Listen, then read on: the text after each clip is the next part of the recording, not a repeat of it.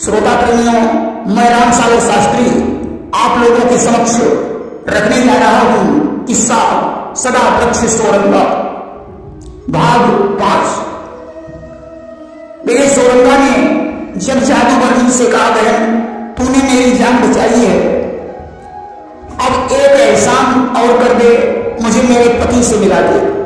उसी समय जादूगरनी ने सोरंगा का हाथ पकड़ा और ले जाकर सदा वृक्ष के पास खड़ा कर दिया।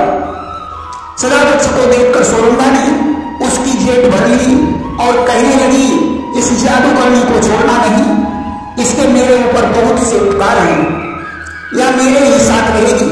मुझे बहुत जोर से प्यास लगी है, इसलिए जाओ कहीं से पानी ले आओ। तब तक हम लोग इस वृक्ष के नीचे बैठे हैं कि सोरंगा को लग रही थी जब भारी प्यास, सदा वृक्ष जल भरन को गया सरोवर पास। सदा वृक्ष पानी लेने के लिए सरोवर पर पहुंचा। उसी समय वही दानव आ गया। उसने कहा, पहले तो सबको गुफा से निकाल कर भाग गया, आज मेरे हाथ से नहीं बच पाएगा। कि दानव ने तत्काल ही उसको लिया दबाए, इधर प्यास से हो रही सोरंगा मर जाए। दानव ने सदा वृक्ष को पकड़ लिया और गुफा में लेकर चला गया। इधर प्यास के कारण सोरंगा बेचैन हो गई। काफी देर हो गई, सदा वृक्ष नहीं लौटा। तो सोरंगा ने जादूगरनी से कहा, बहन काफी देर हो गई है, वे अभी तक पानी लेकर नहीं लौटे। जादूगरनी ने कहा, तुम्हें पानी नहीं मिल पाएगा क्योंकि उन्हें दानव ने पकड़ लिया है। दानव का नाम सुनकर सोरंगा दुखी हो गई। उसने कहा, बहन मेरे पति को छुड़ा ले, भले ही तू ही अपना विवाह कर ले, परंतु उन्हें कुछ होना नहीं चाहिए। सोरंगा कहने लगी, बहन बचा ले जान, जीवन भर भूलूं नहीं कभी तेरा एहसान। तेरा ये एहसान मैं जिंदगी भर नहीं भूलूंगी। जादूगरनी बोली, ठीक है, तुम इसी पेड़ के पास बैठी रहना, मैं उसे छुड़ा कर ला रही हूं। अब तो जादूगरनी दानव के पास पहुंची। जब उसने जादूगरनी को देखा, विचार करने लगा कितनी सुंदर स्त्री है। उसने सदा वृक्ष को छोड़ दिया और जादूगरनी के पीछे पड़ गया। कि दानव सुंदर नारी निहारी, अवताही छोड़ते ही पड़े पिछाड़ी। जब उसने जादूगरनी को पकड़ना चाहा, उसने ऐसा जादू चलाया जो बिना मारे ही दानव पर मार पड़ने लगी। दानव कहने लगा, मुझे माफ कर दो, अब जो तुम चाहोगी मैं वही करूंगा। जादूगरनी बोली, तो ऐसा करो कि बागन करो महल तैयार, और ठाट बाट युद्ध पहरेदार।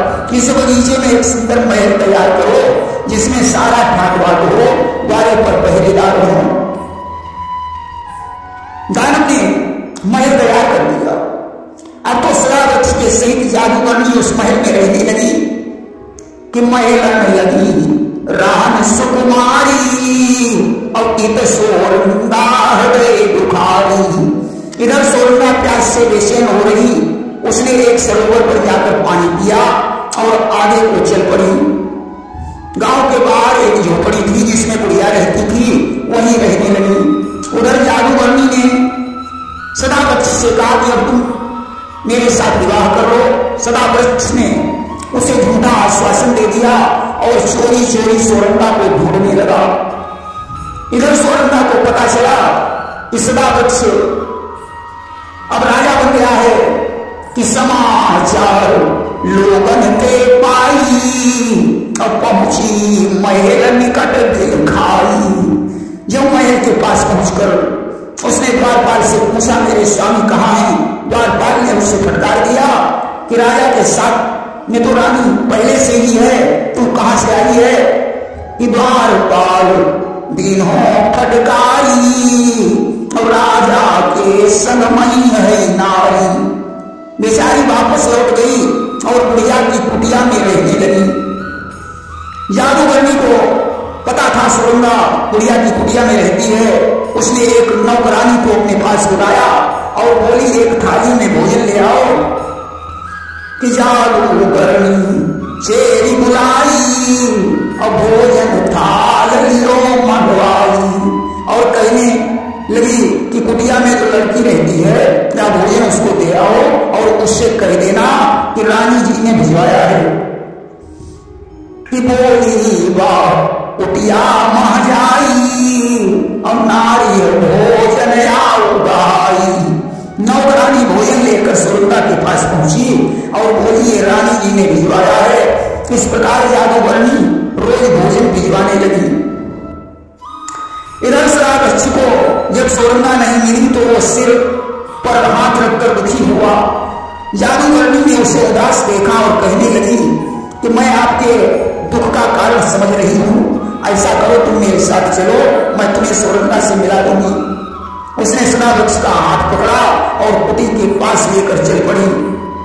कि सदा वृक्ष कहूं देखी उदासा और लही के चली मढ़ी के पास। जो कुटिया में पहुंची अब तो सुरंगा गुस्से में हो गई। सदा वृक्ष ने कहा सुरंगा ऐसा तुम समझ रही हो वैसा कुछ भी नहीं है। उसने कहा स्वामी अब तुम इन्हीं के साथ आराम से रहो, हम अपने वादे को अगर इस जन्म में पूरा नहीं कर पाए तो दूसरे जन्म में पूरा करेंगे। सदा वृक्ष सुरंगा को जैसे तैसे महल में ले आया, उसे अच्छे अच्छे कपड़े पहनाए। महलन ले आए और सुंदर भूषण वसन पिनाए। उत्सव मनाया गया। सुरंगा ने कहा स्वामी उस संत को यहां बुला लीजिए। कि तब सुरंगा गिरा सुनाई और संत ही जय यहां बुलाई। संत ही भगवान शंकर थे। सदा वृक्ष ने ज्यों उनका ध्यान किया शंकर जी आ गए। सुरंगा ने हाथ जोड़कर संत से कहा कि हाथ जोड़ अस वचन उचारे और कब तक रही हैं कष्ट हमारे। बाबा जी हमने जीवन में बहुत बड़े बड़े कष्ट सहे, अब मेरे कष्ट कब तक रहेंगे। संत ने कहा बेटी पूर्व जन्म में तुमने एक पाप किया था जिससे इंद्र ने तुम्हें श्राप दे दिया। बोले भयं पूर्व महापापा और इंद्र दीन तुम कम ये सापा।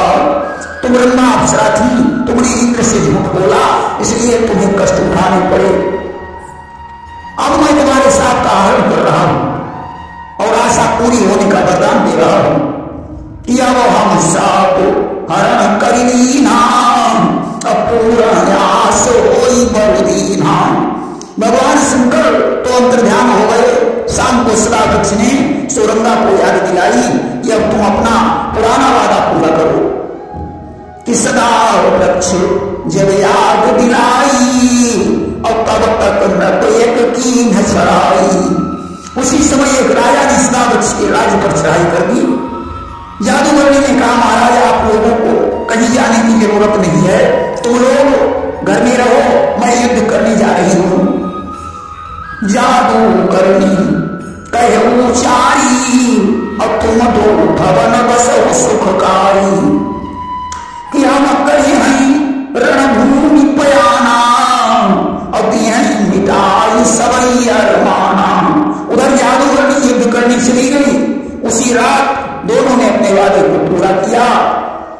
तीत संग तो रहे न बिताई और जादूगरनी लौट न पाई। जादूगरनी वापस नहीं लौटी। सुरंगा ने प्रातःकाल सदा वृक्ष से कहा चलो जादूगरनी का क्या हुआ पता लगाएं। अपराध काल जब जाई निहारा मृतक देखी दुख भय बपारा। प्रातःकाल जादूगरनी को मरा हुआ देखकर सुरंगा बोली पहले इसे जिंदा करो। सदा वृक्ष ने भगवान शंकर का ध्यान किया कि जब ते शिवते ध्यान लगायो साधु वेश महाशंकर आयो। अगई के नारी जीवन दाना तुरत भय शिव अंतर ध्याना। भगवान शंकर ने जादूगरनी को जीवित कर दिया और अंतर ध्यान हो गए। सदा वृक्ष ने कहा चलो अब घर चलते हैं। असोरंगा तब वचन उचारा कि अब पूर्ण भाकोल हमारा। महाराज तो हमने एक रात का वादा किया था, वह तुम इसके साथ रहो, मैं अपने पति के पास जा रही हूं कि मैं पति भवन रही अब जाई, अब तुम दो महल राहु हर साई। अब तो सदा वृक्ष के ऊपर वज्र गिर गया। उसने कहा सोरंगा तुम मुझे छोड़कर नहीं जा सकती हो कि सदा वृक्ष बहुविधि समझावा, बाधी वसन ज्ञान पुरयावा। बहुत कुछ कहा परंतु नहीं माना। अपने पति के पास पहुंच गए कि गई पास जब कंठ के, कंठ बन गया संत, देख तुरंत फेरी नजर, अब चाहिए भगवंत। पति ने उसे देखकर अपनी नजर फेर ली। वह तो महात्मा बन चुका था। उसने सोचा अब तो मेरा जो कुछ है वो भगवान है। सोरंगा ने जब उसे डिस्टर्ब किया तो उसने फटकार दिया, ये रे बेहया, अब तुम मुझे मुंह दिखाने आई, मैं तुझे आगे स्वीकार नहीं कर सकता हूं कि जब पति प्रिय ही फटकारी, और तब प्रेमी भी चली बिचारी। जब पति ने फटकार दिया तो सोचने लगी चलो सदा वृक्ष के पास चले, शायद वे मुझे अपना लेंगे। इधर सदा वृक्ष शिकार खेलने चला गया और शिकार खेलकर एक वृक्ष के पास लेट गया, वहां सो गया। इधर सोरंगा सदा वृक्ष के द्वार पर पहुंची। सदा वृक्ष शिकार कहूं गए और तो सोरंगा दाखिल भय। जादूगरनी ने सोरंगा से कहा अब यहां क्या करने आई हो, उसी जगह जाओ जहां गई थी। कि जादूगरनी ने कहा अरे बेहया नारी, अब तुम आई लौट फिर जब पति ने दिया निकाल। सोरंगा ने कहा बहन मैंने अपनी शर्त को निभाने के लिए सदा वृक्ष से नाता जोड़ा था, उसके बदले न मैं रहती रही न घाट की। उसने कहा तो सदा वृक्ष भी तुझे नहीं अपनाएगा। आज बेचारी वहां से चल पड़ी कि हुई निराश आगे कम भाई, और सदा वृक्ष ते ही पड़े हो लखाई। आगे चलकर उसकी भेंट सदा वृक्ष से हो गई। देखा सदा वृक्ष सो रहा है और सोबत जान नताही जगावा, इंतजार कई कदम बढ़ावा। सोता हुआ देखकर उसने जगाया नहीं, इंतजार करने लगी, परंतु वो जगा ही नहीं तो सोरंगा आगे चली गई। उधर सोरंगा के पति को सोरंगा के जाने के बाद झटका लगा।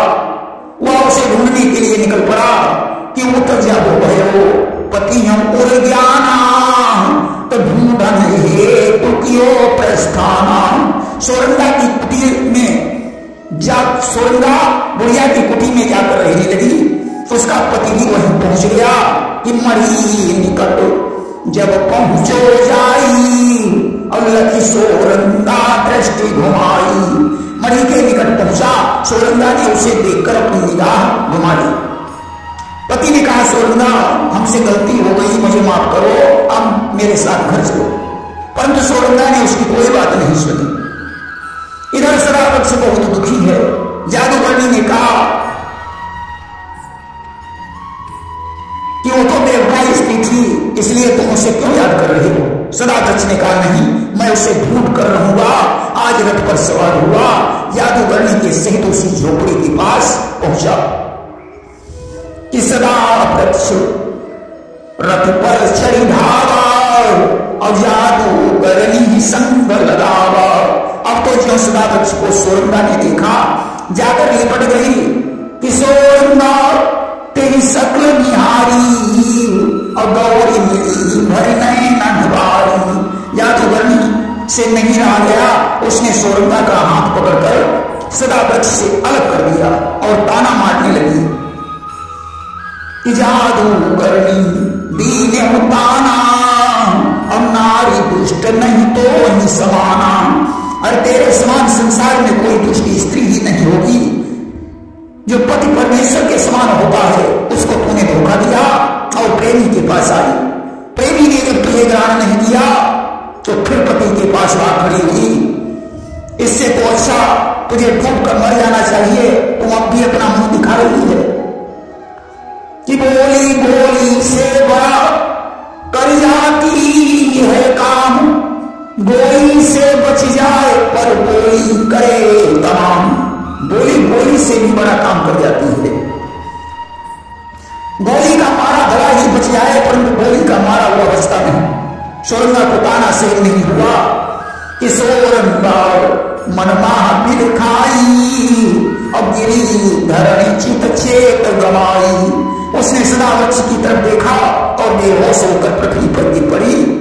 अब गिरते ही प्राण हरण हुई गए और सदा वृक्ष कम अति दुख भयो। गिरते ही उसका प्राणांत हो गया। सदा वृक्ष पसारे खाकर रोने लगा। उसने सोरंगा की गोद में अपना सिर रख दिया और अपने प्राण छोड़ दिए। जादूगरनी को बड़ा कष्ट हुआ। बुढ़िया ने जादूगरनी से कहा, जादूगरनी से कही बुढ़िया ने बिल खाई सोरंगा के पति को लीजे कंठ बनाई। बुढ़िया ने जादूगरनी से कहा, तुम सोरंगा के पति को अपना पति बना लो और सदा वृक्ष का राज्य करो। इधर बुढ़िया को बड़ा दुख रहा। उसने उनका अंतिम संस्कार करवाया कि बुढ़िया को अति कष्ट है, दुख न हृदय समाई, एक चिता दोनों जले खाक पड़ी रह जाए। दोनों को एक ही चिता में जला दिया गया। देखिए सदावृक्ष सोरंगा को 7 जन्म लेने पड़े और अलग अलग प्रजातियों में इनका जन्म हुआ।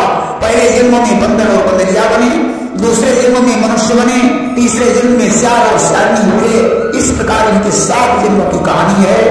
प्रेम से वृंदावन बिहारी लाल